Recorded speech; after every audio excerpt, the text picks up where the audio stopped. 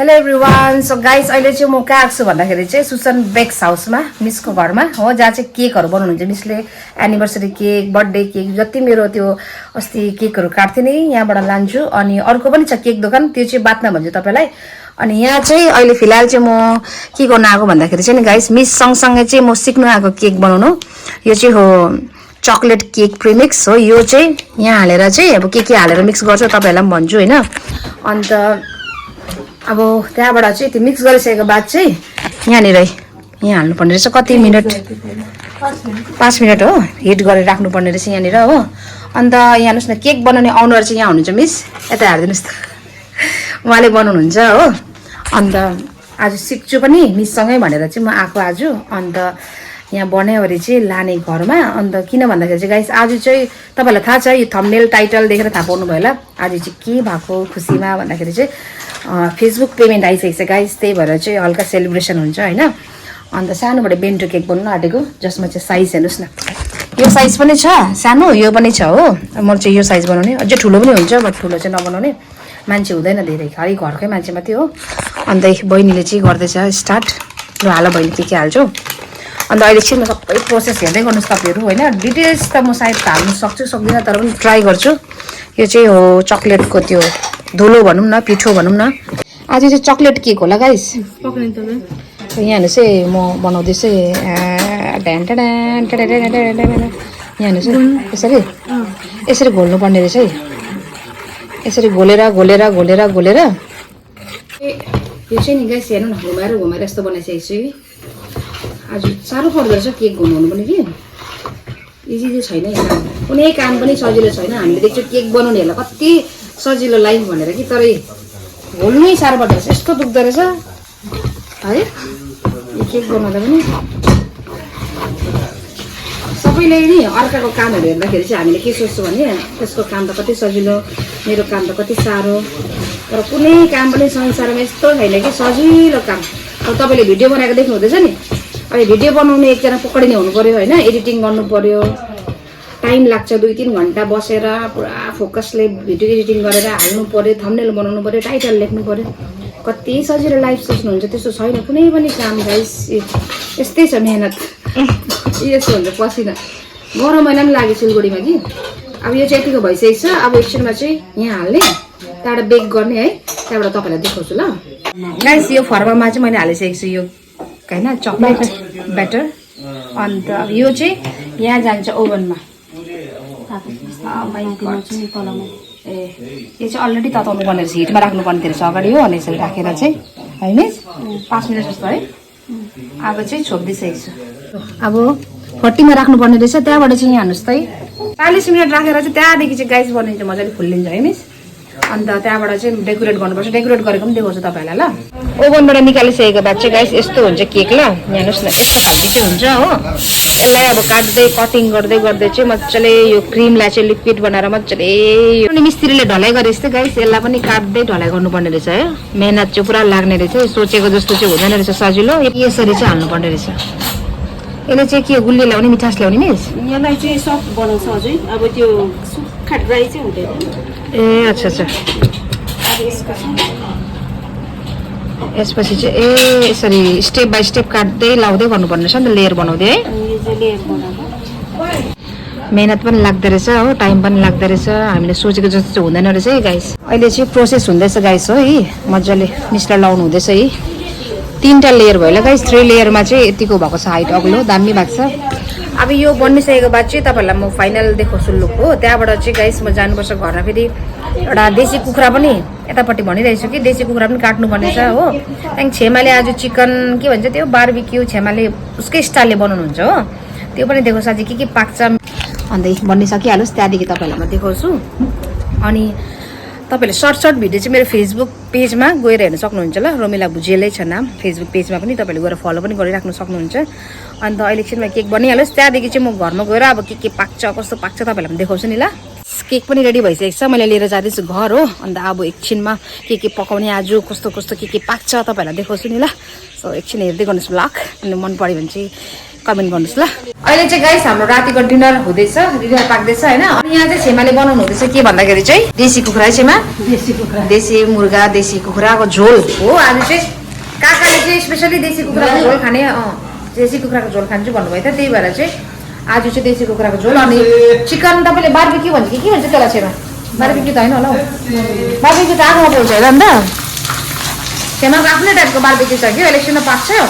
अन्त त्यहाँबाट चाहिँ यहाँ बहिनी र भाइ पनि छ, नानी पनि आइसकेको छ हो, यिनीहरू होइन माइलाग्दो देखेको। अनि अन्त गाइस एकछिनमा चाहिँ अब केक पनि काट्नुपर्छ होइन। अन्त यहाँ हेर्नुहोस् न गाइस मेरो ह्यान्डसम मामा पनि आइसक्नु भएको छ है, गेम खेल्दैछ कि के गर्दैछ मामाले? जानु न त्यो रुम खोल्दै छु त आउनु। अनि चिरमा खानासाना पाक्दा अन्त टाइम लाग्छ कि मामा आउनु यहाँ बस्नु। यहाँ हेर्नुहोस् न गाइस मेरो रुम, बिचारा मेरो रुम पहिलाको मेरो बिहा नगर्दाखेरि चाहिँ मेरो रुम यही थियो ल गाइस। यहाँ हेर्नुहोस् न कस्तो मिनी रुम छ, चिटिक्क परेको हो सानोबाटै। अन्त यो लाइट पनि बल्छ मजाको देख्छ गाइस, यो लाइट साइड बल्छ कि। अन्त मेरो रुम तर म कहिले पनि आएर बसेको छुइनँ अहिले बिहा गरेदेखि चाहिँ कि। अन्त मिस गर्छु मेरो रुमलाई बिचारा। मामा जानु तपाईँ रेस्ट गर्नु सक्छ मेरो रुममा, जानु जानु खोलिदिइरहेछु। यहाँ हेर्नुहोस् न गाइस मेरो बाबा र मेरो भदैनी यता हेर त नानी, नानी यता हेर। इबाना पनि आएको छ, इबाना पनि आएको छ, इबाना हो इबाना पनि आएको छ। आउँछ भने आऊ, आउने ल आऊ आऊ मैले त इबाना हेर न इबी ल ल ल आऊ। अन्त अहिले गाइस के पाक्दै जान्छ तपाईँहरूलाई पनि देखाउँछु हो। अनि यहाँ हेर्नुहोस् न यो चिकन चाहिँ छ देशी कुखुरा, छेमाले चाहिँ मिठो बनाउनुहुन्छ। छेमाले भन्दा मलाई चाहिँ ठुला आमाको हातको मन परिरहेछ खानु। बिचार ठुला एउटा भिडियोहरू हुँदैछ भने चाहिँ ठुला आमा मिस गर्दैछ तपाईँको हातको चिकन मुर्गा है, एकपल्ट बनाउनु भएको थियो कि। यो देशी कुखुराको झोल, पोल्ट्री कुखुराको झोल जस्तो दही बनाउनुहुन्छ ठुला आमाले चाहिँ। मेरो आमाको जेठी दिदीले चाहिँ, छेमाले चाहिँ बार्बिक्यू मिठो बनाउनुहुन्छ ल। एकछिनमा तपाईँहरूलाई देखाउँछु बार्बिक्यू फेरि मिठो बनाउनुहुन्छ भनेको दिनै नै फेरि मिठो हुँदैन फेरि गाइस कि बिग्रिन्छ। अनि कतिजनाले चाहिँ छेमाले चिन्ने हुन्छ होइन, राम्रो चाहिँ छेमा चाहिँ मेरो साइली हो कि मैले हो तपाईँ खालि बिर्सिन्छ रहेछ म चाहिँ साइली हो। ए साइली आमाले अल्लाह रे साइलोले हत्तेरी कि साइली राम भन्ने गाना सुन्नु भएको छ। साइली छोरी हो चाहिँ साइली छेमा हो होइन। छेमाले बार्बिक्यू दामी बन्नुहुन्छ गाइस। सबैजना दिदी पनि एउटा क्वालिटी छ, मेरो चाहिँ केही क्वालिटी छैन गाइस हो। मलाई ए मेरो चाहिँ खाने क्वालिटी छ ल गाइस, अरूको चाहिँ खाना पकाउने क्वालिटी छ, मेरो चाहिँ खाने क्वालिटी छ नि काका। अन्त काकाको हातको चाहिँ गाइस, काका चाहिँ मेरो छेमाको हस्बेन्ड हो। काकाको चाहिँ मलाई के मनपर्छ भन्दाखेरि चाहिँ आलु परोटा दामी बनाउँछ। सबैजनाको आफ्नो आफ्नो छ एक एकवटा फेभरेट डिस होइन बनाउने। अनि मामाले चाहिँ के बनाउनुहुन्छ? मामालाई पनि के बनाएको छैन रहेछ, मामाको हातको मैले केही खाएको छैन नि। मामा के आउँछ? के आउँदैन, खानु पनि आउँछ। ए गाइस